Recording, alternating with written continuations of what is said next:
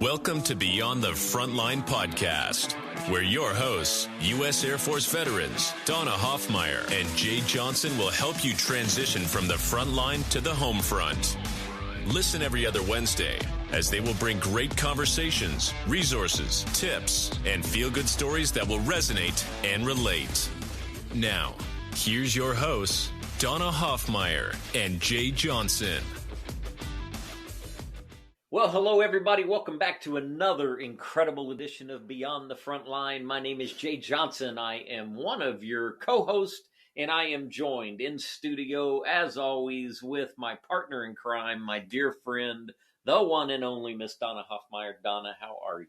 I am exhausted. All right. I can't imagine why. I do know why, but I'm going to go ahead and let you unpack a little bit of that. What's going on? Even though we don't like to timestamp this, I know. It's just part of where we're at right now. I actually just said this to Cindy, who's our executive director, and I said, you know, I know we try not to timestamp. We just gave up. We're this is who we are. It's life. This is life, and our podcast is about life and what impacts it and how we can offer resources to make it better. So whatever. So yesterday was the last day of school. Oh. And let me tell you, anybody that has children, May is just a zoo. And for those like on the East Coast, when it's June, May and June are a zoo. And so it's always the last minute. Oh, Mom, we have this. And oh, Mom. Yeah, I forgot to tell you. Oh, right. Oh, I need a check for. Yes. Yeah. Oh, somebody's birthday or whatever. And I'm like, oh, my I don't miss Lord. any of that. I have to tell you. Yeah, I'll tell you. So yesterday was the kind of funniest thing was we do a traditional pool party at our house. So we have I thought you were going to say like a betting pool like you do at Super Bowl. No. Who's going to graduate? Who isn't? Oh, that's in a couple of years. Not yet. We're getting funny. there. So we do it, a pool party. We had the kids' friends over, and we just literally, you buy pizza, you throw it on the table, they eat everything inside, you put some fruit out there, you call it good, and they have a blast. So 3 hours of that, and then I had to go do a promo because we have started this network collaboration with the whole care network, and that's so huge. Ran inside, did that for a couple minutes, and then off and running, and then I don't know what we were doing. Oh, and then Brady had to go play in the band today because of graduation. So now he's all fussing. It's the first day of summer. It makes you appreciate once it's all behind you until the next school year starts, but it'll give you a deep appreciation to get that time back. Whizzed by. So now we're into summer. What about you? Yeah, no, same. Busy. Still operating the business. Getting ready to head out this weekend on a 2-week camping trip. So pretty excited. Taking the Harley with us, going to get out on some nice rides and just unplug for a little bit. I need to unplug. So. Yes, I hear you. I need to unplug too, but these two little ones keep finding me. Yeah, I hear you. So anyway, but we have to say that we're blessed, right? We've had it good. Our kids are healthy. Life has gone well. And we're now in the middle of wrapping up this veteran treatment court series, right? Yeah, no, it's good. Blessed and highly favored. That's what we should say. Very much so. And so, as we're wrapping this up, I think I said in the last podcast, like we went through like a lot of parts of the veteran treatment court, right? So talking to the judge and the court coordinator and the probation officer and all these different parts, the mentor, the person that runs all the mentors. Yeah. We did all of that. And then we said, well, that's great. We can tout like, oh, we do a good job, but what good is it unless we have somebody that's been there, done that. So we interviewed George Wolf. We did. He actually went through the treatment court. He said it saved him. He really just gave testament. And it was hugely funny because he said, no, judge didn't like me, yet he saved me. And he appreciated what he did. But before you say this next piece, it's why I think this has been such a good thing. We could do a series and we could just do one or two things and say, there you go. But we've really tried to cover the gamut. Yeah. Right? A to Z. And what I've been most thankful for and what I'm really excited about as you get ready to introduce our guest on this session is their hearts, their transparency, their vulnerability, people who are out there who care and are empathetic. Because they own some T-shirts. Yeah, own T-shirts, because none of us get through this thing called life without a few dings along the way. Absolutely. And so this series has been so good. And And I'm really excited about, this piece of it that's kind of going to bring it all together. And, Absolutely. But so thankful for all of them. And this is interesting. So, like I said, we did that series, and this last piece was a happenstance. Yeah. That it was our executive director that said, Donna, look at this. It was an Instagram post, and it was with Miss Carla here, and it was about her story. And all of a sudden, what popped in my head was, what happened before there was a veteran treatment court? Yeah. And I was like, I wonder if she would be willing to talk to me. Well, let me tell you, we both agree that there was definitely a higher intervention on this one, because I reached out to her on LinkedIn. Wow. And she doesn't use LinkedIn. And she happened to be at a meeting, and they said to her, Carla, your story is starting to get out. You really need to get on LinkedIn. You really need to. And she's like, okay. Serendipitous. This is no joke. The day I emailed her, either the day or the next day, she popped open LinkedIn and saw my message. Wow. And so she kindly responded, and then we connected. And I was like, she told me the story, and I'm like, see, it was meant to be. I mean, and she actually engaged you. She didn't think, who's this stalker? Right. Who's this creepy person that's like bothering me and stuff. So, yeah, no, it's amazing. So Carla Bugg, welcome. I'm super excited that we finally made this happen. Thank you for having me. This is really, truly an honor. So I'm going to read just a small bit, because your bio actually doesn't even tell your story, which I love. So I'm going to read your present, right? This is your present, what you're doing now. And then we're going to talk about what got you here, because it sure the heck wasn't a straight line. That's for sure. So no. Carla Bugg, she's a criminal justice service coordinator for Ross, and I'll let her explain what Ross is. She is 30 years in recovery, but only by the grace of God. She's an advocate for individuals with a substance use disorder and serves on the executive board of Not One More Alabama. She is a U.S. veteran. She served 6 years in the Air National Guard. She is now a member of the Veteran Justice Commission and the Council on Criminal Justice. Carla is a minister of the Gospel of Jesus Christ, and she is the founder of Flow Outreach Ministry. She has 5 beautiful children, 4 adorable grandchildren, and she loves to sing, which is good. He does too, but he's just not that in tune. I bring a joyous noise, Carla. That's what I call it. And Carla believes that once you find your purpose, you find your life. I love that. So welcome again, Carla. I seriously am beyond tickled pink. It's probably one of the podcasts I've been most excited for, like, this whole time. So yes. Well, I normally I pray about everything, and we couldn't seem to catch up with each other at the right time, but it was because it wasn't the right time. And so I finally got a chance to get on here today, and I'm just praying that someone will hear something that will just open their eyes to the truth and to what is going on right now, and how it is getting better. Slowly, it's getting better. And I just hope that it gets even more better, much more. You know what, Carla, what you just said, I'll tell you what, weighed on my heart. And I know you've heard this before. I believe you will have heard this before. I do a lot of speaking. When I go out, I believe I'm not there to speak to everyone. I'm there to speak to someone. And I have no doubt in my mind you're going to be speaking to someone during this episode. Good. I hope so. All right. So let's just kind of go back on a little summary on kind of what led you into the military, briefly what you did in the military, and what led you back out of the military. Okay. So Donna, I'm a member of a large family. There were 10 of us.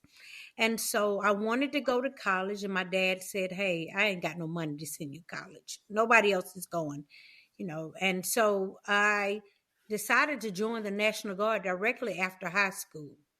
So after I graduated high school, I joined the Air National Guard. And At the beginning of my Air National Guard, I was a victim of military sexual trauma. But I didn't know what that was at the time. I didn't even know that it had happened to me. I knew that something bad had happened to me, but I didn't have a name for it. And so out of guilt and shame and just being afraid, I picked up, I was already smoking marijuana, but I picked up cocaine and I began to use. And I began to use even more. And I had this one battle buddy who knew about the assault. And I begged her not to tell anyone. And she did. And coming from the little small town that I was from, I was so ashamed until I picked up and ran. I moved to California. I moved back to Alabama. I moved to Ohio. I moved back to Alabama. And in the midst of me moving around, my substance use increased. And after the 6 years, time for me to re-enlist, I just couldn't do it anymore. I wasn't able to keep up, hardly going to drill on the one weekend a month. So why make it bad for myself? I took the honorable discharge and I left the military. And I was in telecommunications operations. So that's the gist of it. So when you got out, so there was a time period between when you got out and then when the big event happened. So what was going on during that time, and then what happened to the big event, so to speak? Well, once I got out of the military, which was 1987, I had a little clean time. I went to a substance use treatment facility, and it was faith-based, and I found the Lord. Well, I found my own relationship with the Lord. And so, hey, things got better for a little over a year. But I think by me moving back to my hometown, that had a lot to do with the reoccurrence of use. It's a small town, as I stated earlier. Not much to do there. People never let you forget your past. And so I started back using. I picked back up. And the use got worse and worse. And I began to pick up a few little small charges here and there. Criminal charges like paraphernalia.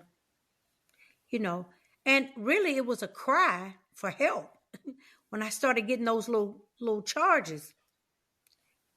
And the next thing I know, I was sentenced to 3 15-year sentences because it started piling up.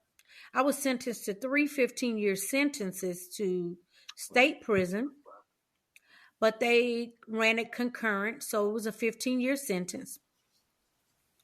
Around about the 11th month of my sentence, I got sent to the classification officer in the prison, and they told me that I could sign up for minimum security.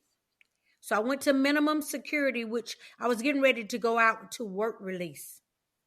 And so in that work release, I was going to be able to go to Birmingham and live at the work release center. And one day I was out doing my job on the road squad, chopping down trees and bushes and gopher rats jumping across my feet and everything. Wow. And they called me into the prison, and I was just so glad to be called in because, as you all might know, Alabama weather is something, in the summertime. So I got called in, and when I got in the prison, the U.S. Marshals was waiting on me. I'm like, me? I'm doing my time for what I did, so I don't know why the Marshals are here for me. So I got sent to Birmingham, Alabama, to Hugo Black Federal Building. And nobody could tell me what I was there for until I got a visit from an attorney saying that I was charged on a superseding indictment for conspiracy with intent to distribute crack cocaine. That someone had called my name and said I was the cook of a drug organization. So I didn't think too much about it, even still, because that was then. I wasn't that knowledgeable of the law and didn't know about the conspiracy and didn't know about how they could go back so many years. So some of my friends got arrested on drug charges trying to make a buy from an undercover agent. And one of the co-defendants called my name and said that I was the cook of the organization. He got 3 years and I got sentenced to 27 years in federal prison. Well, I had to go back to state prison, and the state of Alabama said that they wanted their time. So I ended up having to do 3 more years in state prison, a total of 4 years. And then I paroled from state to federal. And that's why I started my federal journey. Huh? Wow. When you say parole, you think out, but you went paroled back to another prison. So, and let me tell you what's so funny. They got this thing in the state where if the federal marshals don't come and pick you up within 24 hours, you're free to go. Honey, I was counting down every second, walking through the halls. It was like, Bugs, you ain't left yet? You not gone yet? I'm like, no, maybe by the grace of God, I'll be set free. Well, the federal government, they showed up and I went to federal prison. So, and 20 years later, I was released. Yes. Did you have children at that time? I did. And as a matter of fact, my youngest child was 1 month old when I went to prison. When I came home, he was a 20-year-old man. Wow. Yes. Wow. Full of resentment and abandonment issues. And now he's in prison. So I'm dealing with that right now. Sorry to hear that. Yeah. So when you got out, so you did a total of how many years between state and federal? 20 years. 20 years. And so this was before there was a veteran treatment court. That didn't even exist. There was no option. You just Donna, I didn't even know I was a veteran. Yeah. I didn't even know that I was a veteran because addiction had beat me down so bad until I didn't think that I could be labeled as anything good or anything honorable or anything noble. And so even when I got out, I tried to get a veteran's ID card because you got to have ID when you get out. And I was told by the VA that, no, you didn't serve enough time on active duty, so you cannot have a VA ID card. Wow. And it's interesting with that, Carla, when we interviewed Judge Stevens, that's one of the things he actually mentioned is that there's a lot of people that are in the program that initially didn't identify as veterans or didn't want anybody to know because either they felt shamed or they were angry at the military or, combination or whatnot. So when you say the one person, Donna, that I do remember befriending in prison who identified as a veteran was treated so badly until, hey, I'm glad I'm not a veteran. That's what I was thinking because they treated her so bad. Wow. So what year was it that you were released from prison? I was released in 2011 to federal halfway house, but I didn't get out until 2012. 2012. Okay. And then when you got out, then what?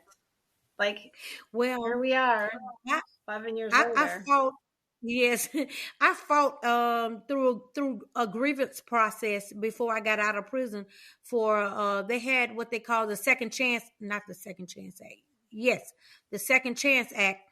And in that act, there was a clause that stated that you could get up to a year halfway house, after you've done so much time. And so I won that. But when I got to the federal halfway house, which is a contracted entity that is not the government, the federal government, but they are contract to do that, right? To have a halfway house. And so they said they don't keep anyone over 8 months. So I stayed the whole 8 months, but in the midst of me staying the whole 8 months, I got bullied. Oh, you might as well say bullied at the halfway house. They was trying to make me leave after 3 months, and after 6 months, they was like, "Hey, we need that bed for somebody else."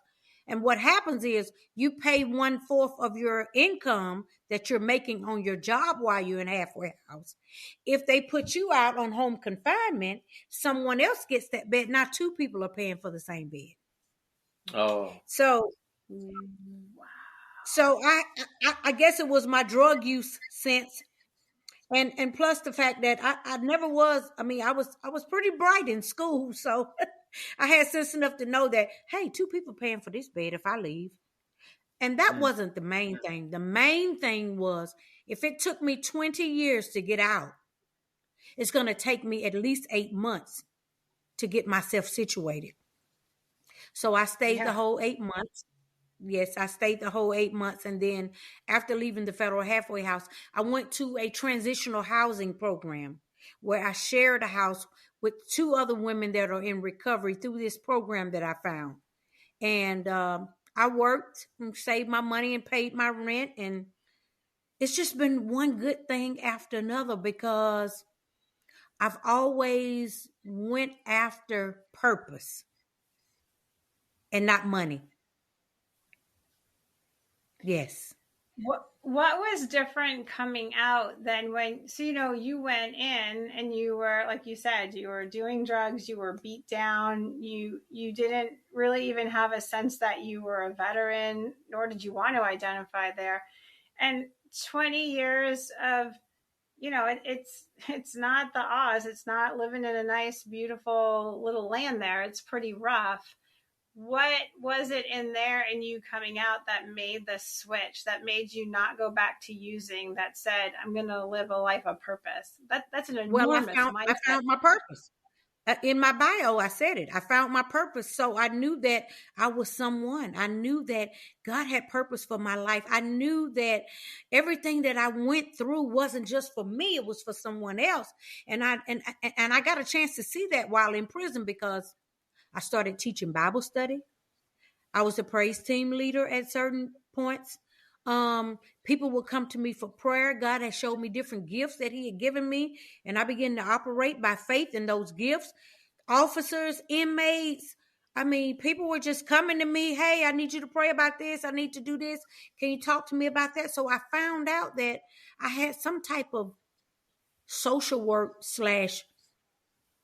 there was even not a thing such as peer support popular yet. But I knew it was some type of name. So I began to pray while I was in prison that, God, when I get out, create me a position, not give me a job, create me a position in purpose and on purpose. When I got out, I was at the halfway house.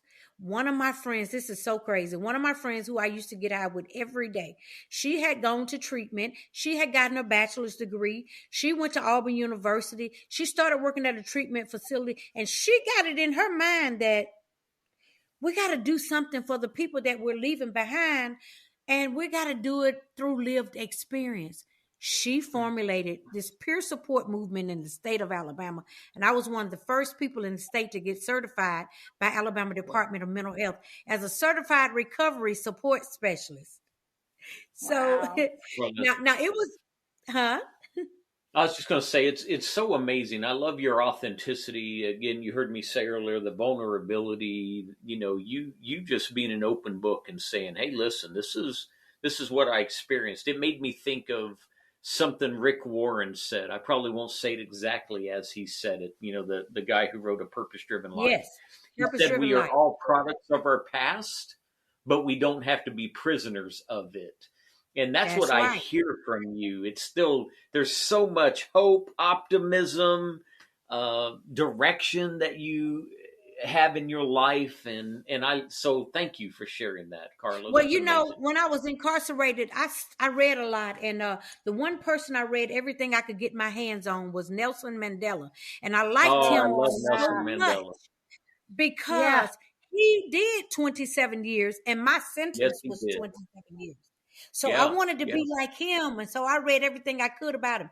But don't get me wrong. It wasn't really, really easy. It was easy by the grace of God when I got out because he led me through every avenue.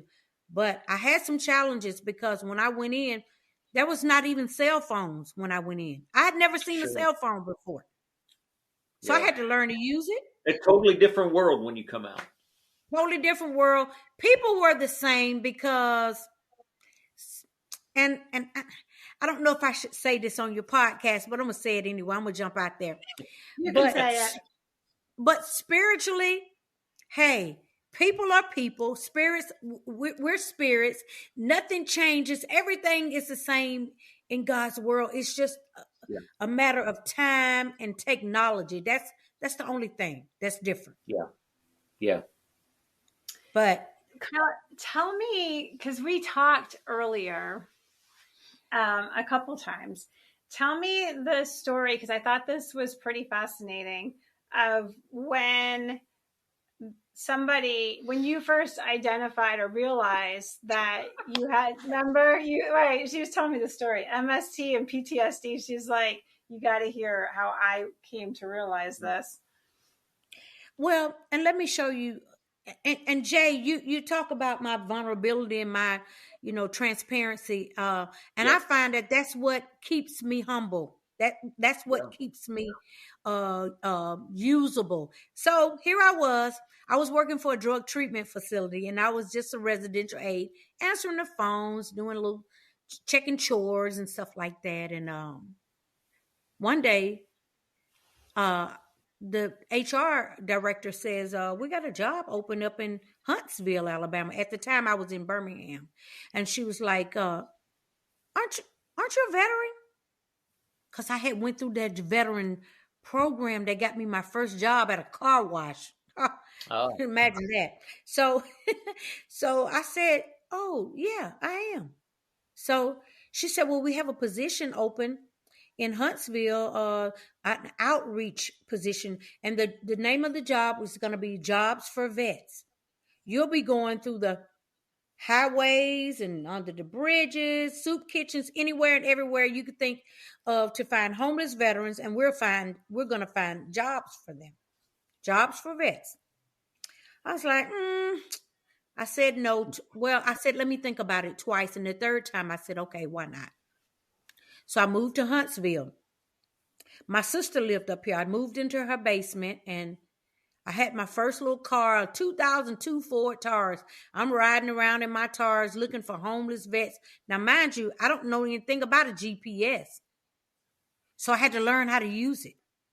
People would give me ideas and tell me where these homeless vets hang out at, little camps and, abandoned houses and stuff like that. So I started looking for them. And I must say I got pretty good at it because, being in the streets, I wasn't afraid of that. I've been out there, Right. So everything was working together for good. You know what I'm saying? So Carla, meaning other people, right? Without that experience that you had, other people just try to avoid those areas. They turn a blind eye to. They don't, and you were willing just to access. Hey. I'm ready to get out there. I was even doing it on my time off. I was like, that's amazing. It got to a point to where at one point my daughter was like, hey, Mom, you with us. Let it go. Man, that's your heart, Carla. That's your heart shining through right there. Yeah, even right now to this day, my sister said, you got to learn how to turn it off sometimes. So anyway, I went looking for these guys and I was enjoying the job and learning how to use the GPS. And then one day,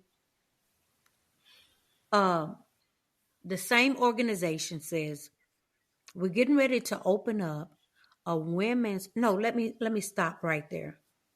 So at that point, I was looking for these homeless veterans and I went to this place called the Vet Center. Anything with the word vet in it, I was looking.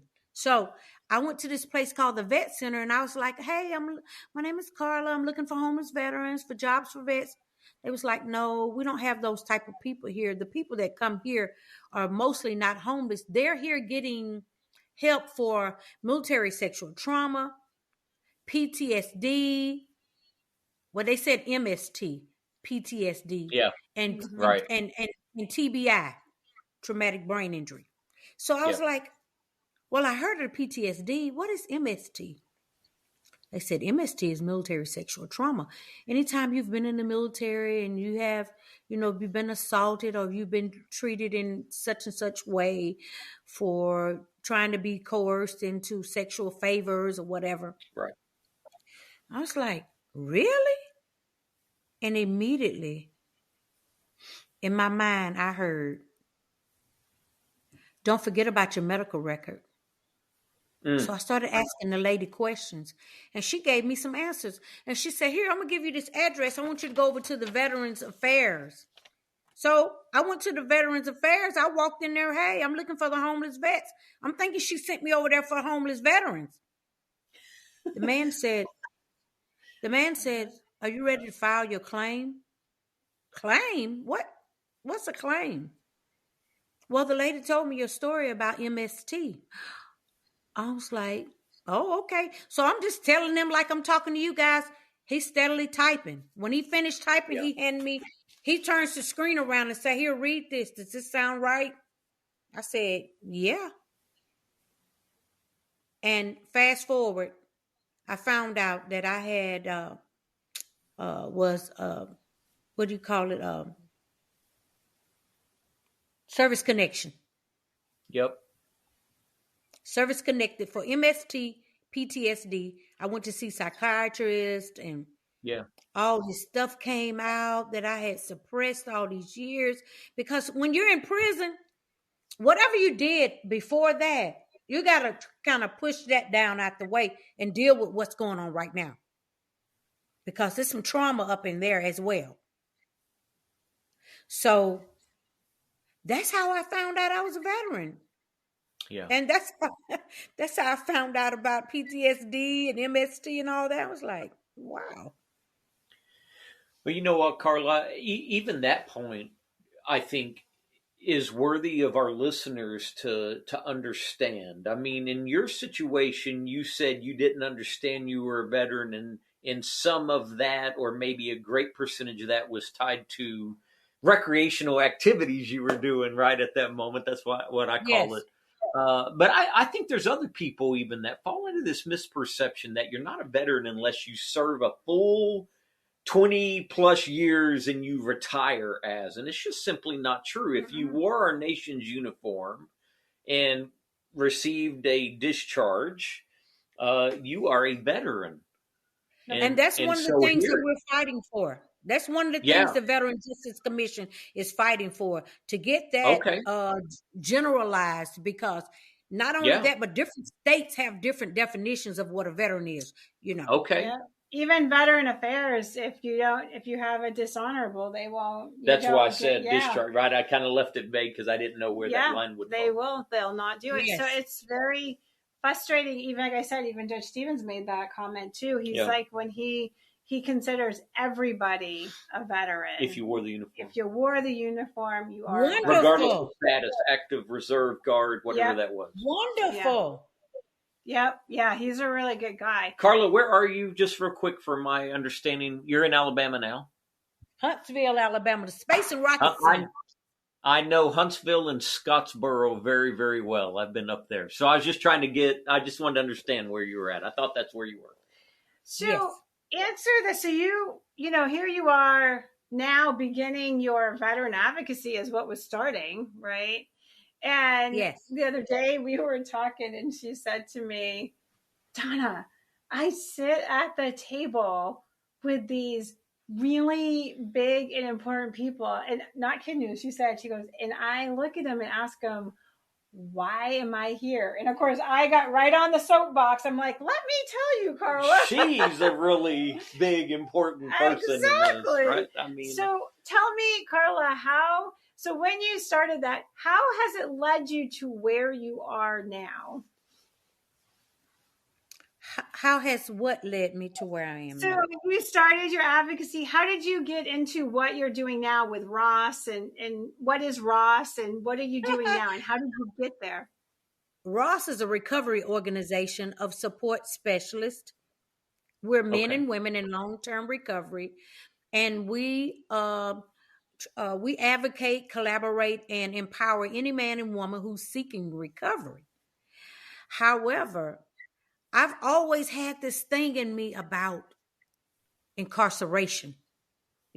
I've always said when I want to reach back to people incarcerated and talk to them about getting help for their substance use and just for life in general. And finally, Ross got a grant through the Bureau of Justice Assistance, the BJA grant, to help men and women who are incarcerated or who in jails, work release centers, getting ready to come out of prison, who have a substance use disorder. So what I do is I train and manage men and women to go into jails, to do intakes, to talk with them about their substance use, and we find treatment for them. So that's what I do now. So, and I also go into the prisons and I speak to like reentry, graduations, and things of that nature. And what that in itself is massive, because I've worked on both ends, right? I've helped develop and had input on policy all the way down to helping the service member, and I've had I won't say the pleasure, because it wasn't always pleasure seeing it, but I've seen what happens when people have these good intentions and make policy and they think they're doing it good, and then it goes down the chute and it misses the mark or it hits around it. And so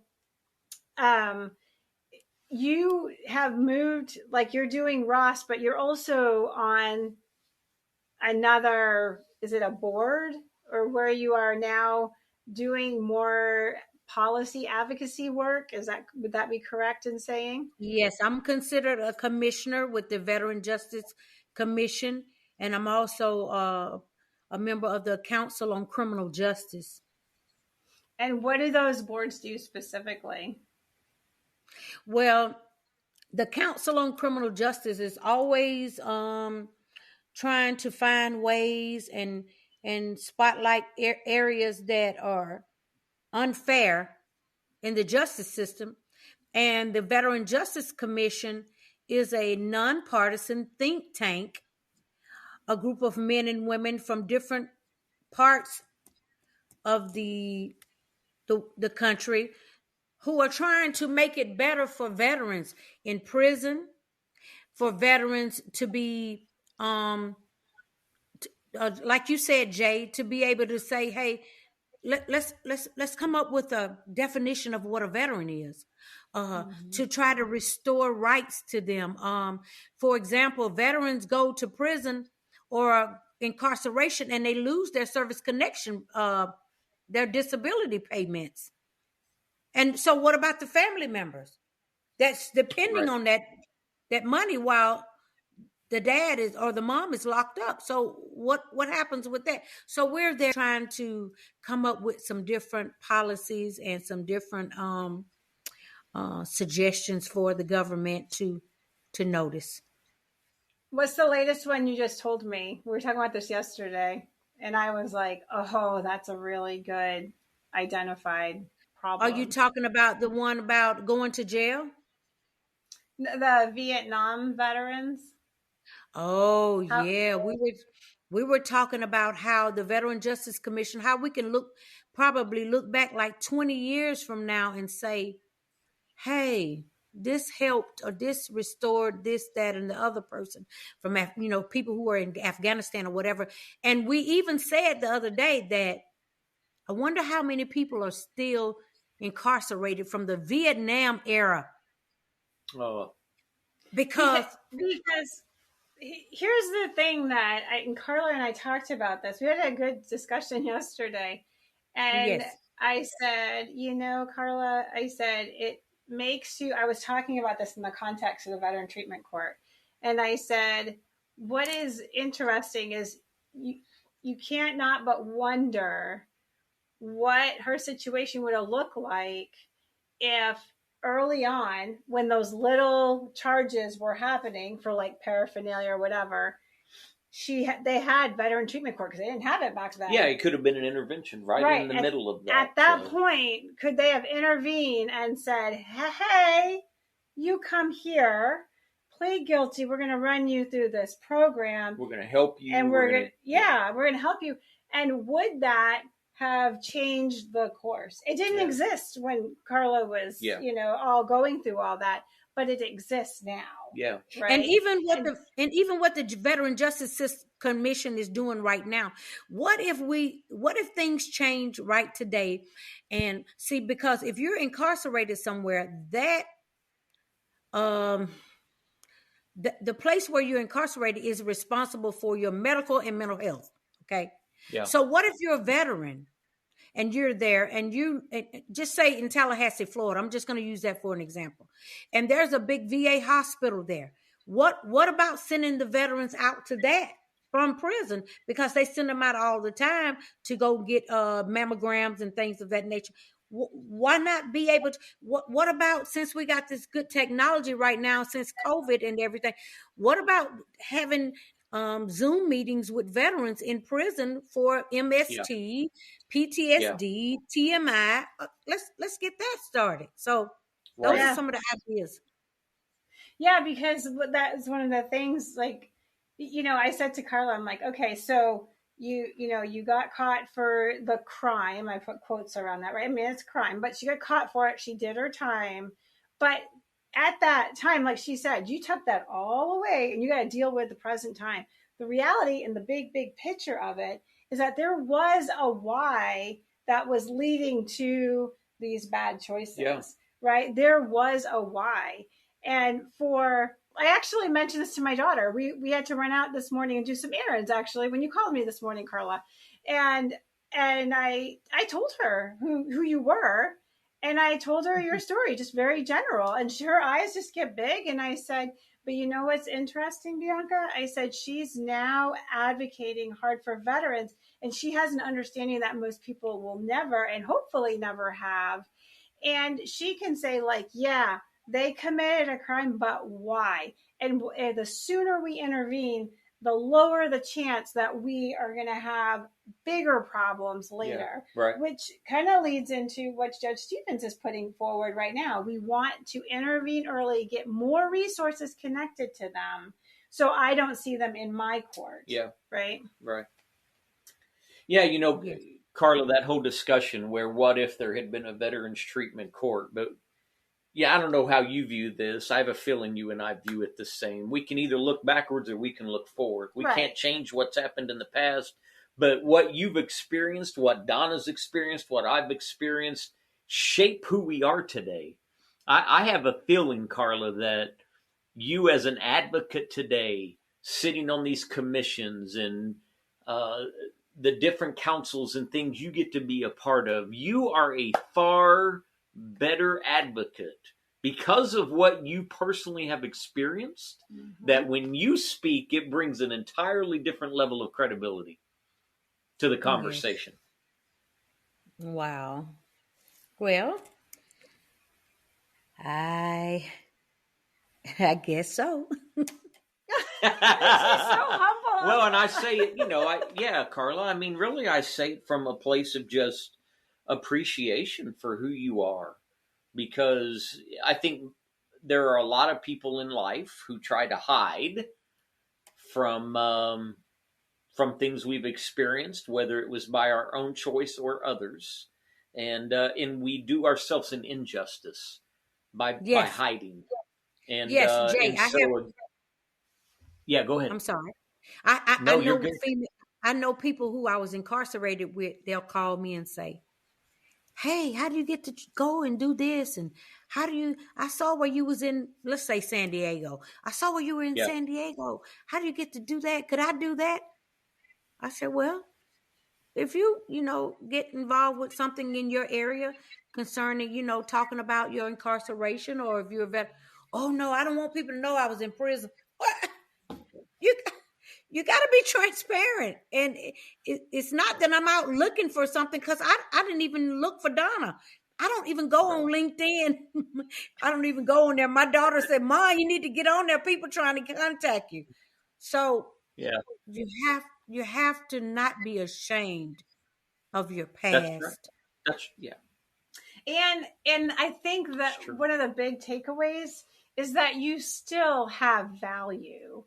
Yes, you made some bad choices and led you down dark roads and everything. It doesn't mean that you don't have value. It just means that you pick some tough roads to be on and get back on those good roads. You're still a valuable human being. Just a valuable human being with just a little extra experience. That's, really what it comes down to. So a lot of people, they have that shame and they don't feel valued. And I'm like, if you put yourself in that position and you feel that way and you isolate away, then you will continue to not feel valued because you're not giving anybody an opportunity to value you, to value your knowledge and your experience and your wisdom. You know what, Carla, listening to you and Donna just talk there, I've got a dear friend that lives in Alabama. He's in the Birmingham area. He said this to me one time. Maybe I've said this even on a previous podcast, but Carla, because you and I are of faith, we share the same faith. Yes.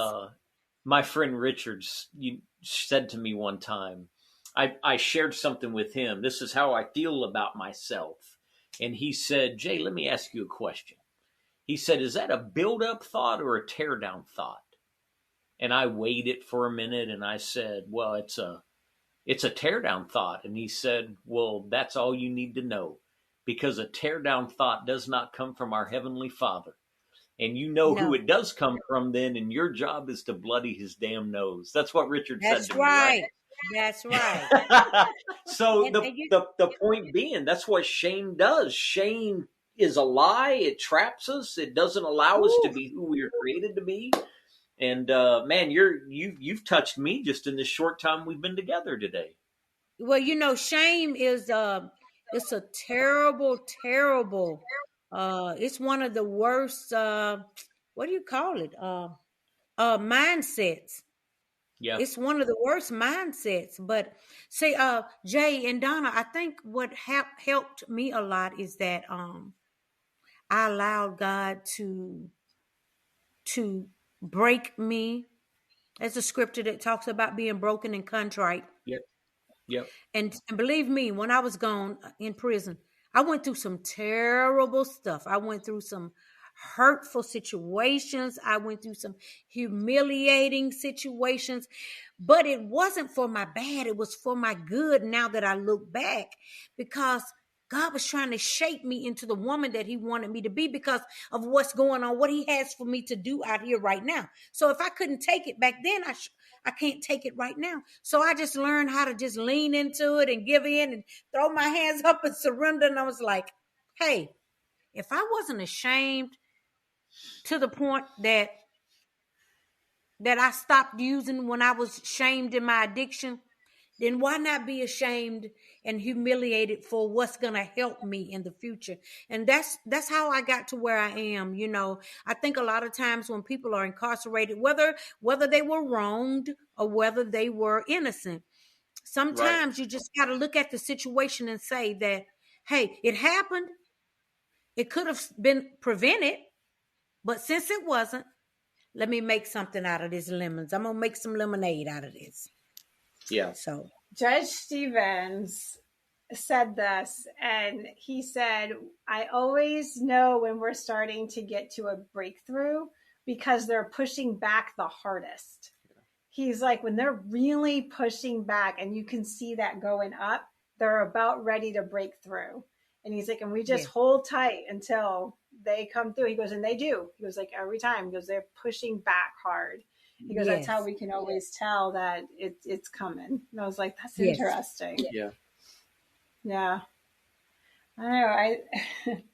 It's an amazing story. And it's, what you're doing now is just fabulous, and I hope that we stay in touch, because my mind is like, oh, I got all these thoughts, Jay. I have lots of squirrels in my head, and I love to create and connect things. And so with all that you're doing with the organizations, and I work with the Veteran Treatment Court in Comal County, and they're doing a lot of stuff that's similar for their county. Like, how do we get the resources there?